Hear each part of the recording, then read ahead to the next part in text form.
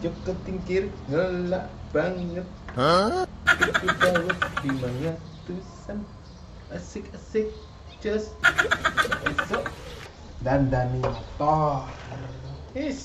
Iki motor karo juragane saingan tuwek-tuwekan. Ane, Pak, nih. Iya bune. Sawang-sawang kok jenengan ki ning ngarepan ngutak-utek terus ngomyang. Lagi ono apa to, Pak nih? Ngomyang gitu lho. Ki lho motorku iki lho. Tak dandani. Nang sampean iso, Pak nih. Jelas iso, cuma itu ngono lho. Kok malah tambah rusak lho, kocun kok. Iki piye to? Aku koyo ngene iki biyen iki ya melu kursus, melu pelatihan. Kursus bengkel ngono ki apa? Kursus rias nganten. Lho tentang perbengkelan. Yo percaya Pak nih. Cuma itu aku iki. Wis didelok sik, delok Iki lho. rusake apa. Lah yo lagi tak investigasi dengan sungguh-sungguh.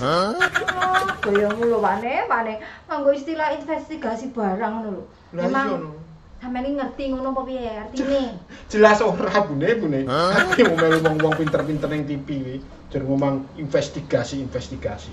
Lho, ki lho Pak nih deloken. Ki lho totokane ki lho deloken. Iya, bune. Tak kencengi kuwi. Nganggo drei ngene ya. Nganggo linggis.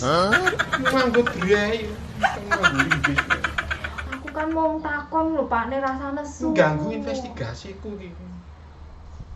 Tak ewangi coba ki lho sik. Deloken ki bane ki gembos ki lho. Ganti. Mburi. Oh iya gebos bune iki. Apa ya arep mbok kompo ngono? Arep tak sebul.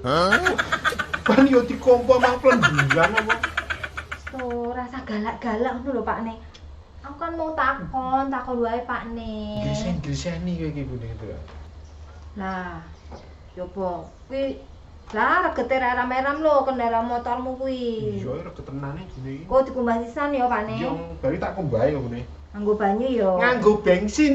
Tak bom, resik tenan ke motorku. Jangan jenengan ki lho malah tambah nesu-nesu meneh. Ganggu nih wae jan tak meneng sik. A few moments later. Poteh men sing rusak motor iki jan. Tak gone ngene sik Sumitra wae kene. Lah malah arep lunga. Iki lho tak gone lek Sumitra ya. Sik Sumitra bengkel ki do sekolah kae. Iya tak gorono. Loh, ra sido didandani dhewe ngono Pak nih. Aku sir tak dandani dhewe ini kanggo kuwi gampang trane. Bar tak pikir-pikir kuwi lek Sumitra iki bengkele sepi. Ora pelanggane.